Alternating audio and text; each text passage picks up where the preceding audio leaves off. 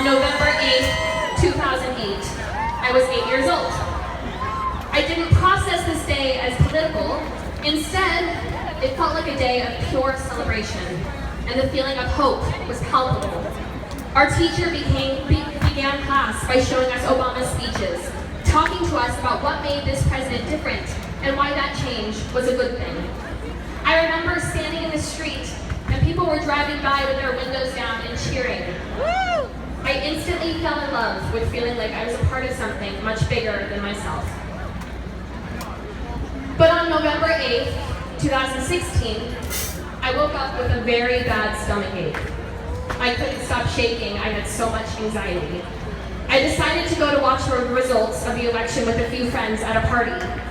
Midway through, my mom called me crying, and what followed next still feels like a blurry movie.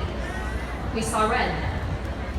I can only process what happened after that very factually because I felt so detached from the place I call home. I woke up the next morning in a dreary, somber state. There were texts from everybody I knew, but they were worded very bleak. What are we going to do? I was sad, and I felt guilty that I had no answer.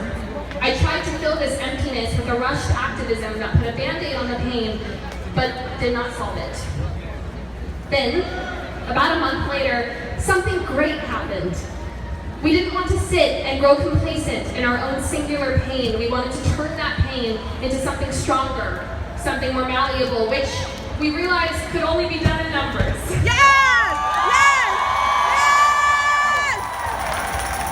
The idea of fighting any fight alone is one that terrifies me, and I am lucky to fall back on a generation that believes in the same morals I do. My generation, who I am so honored to stand representing right now, knows exactly what is going on, despite what many adults tell us.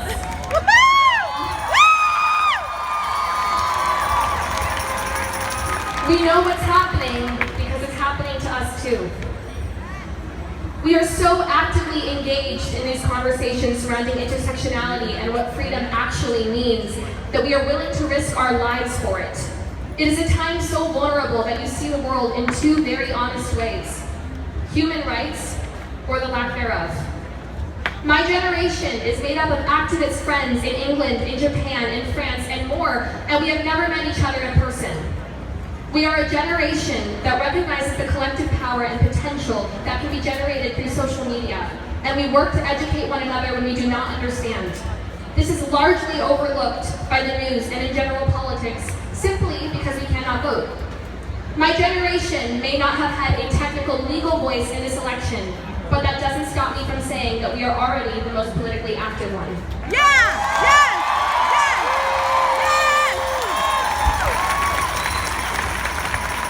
Speaking about my generation doesn't feel like politics because it's my brothers and my sisters, my best friends, and myself. It is incredibly personal. This is our life. I find hope knowing that in 4 years, we will be able to vote towards something that is good. Yes! Yes, we will! Here's a verse from Rebecca Solnit's Hope in the Dark. The focus on survival demands that you notice the tiger in the tree before you pay attention to the beauty of its branches. Problems are our work. We deal with them in order to survive or to improve the world, and so to face them is better than turning away from them, from burying them and denying them. To face them can be an act of hope, but only if you remember that they're not all there is. Hope is not a door, but a sense that there might be a door at some point, some way out of the problems of the present moment, even before that way is found or followed. I trust in this. I believe in art, but more than that, I believe in the ineffable power of community.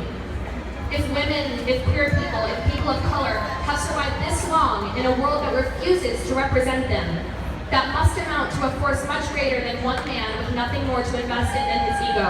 Yeah! Yes! Yes! Yes! We have been forced to know how to fight since day one, and this is our advantage. When I get to sport, I ease into determination. When I hear the quiet voice in my head that tells me, we have done this before. We know how to do this. Yeah! Yeah, we do! Yes! In order to make these changes, we must be aware and constantly acknowledge our privileges. This means understanding and admitting that the majority of the white woman vote went to Trump, and we must work harder to make people aware that racial bias and gender bias cannot be separated, they work together.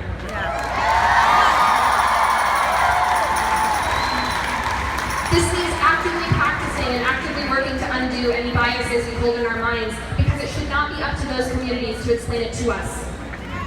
We need to try harder to educate ourselves. We must admit that our singular experience cannot account for everyone else's. We must. I am filled with a light blue hope that is still healing. If there is one promising thing about all of this, which can often feel so fragmented and broken, take comfort in the fact that we are all here together as one people, uniting towards good. Thank you very much.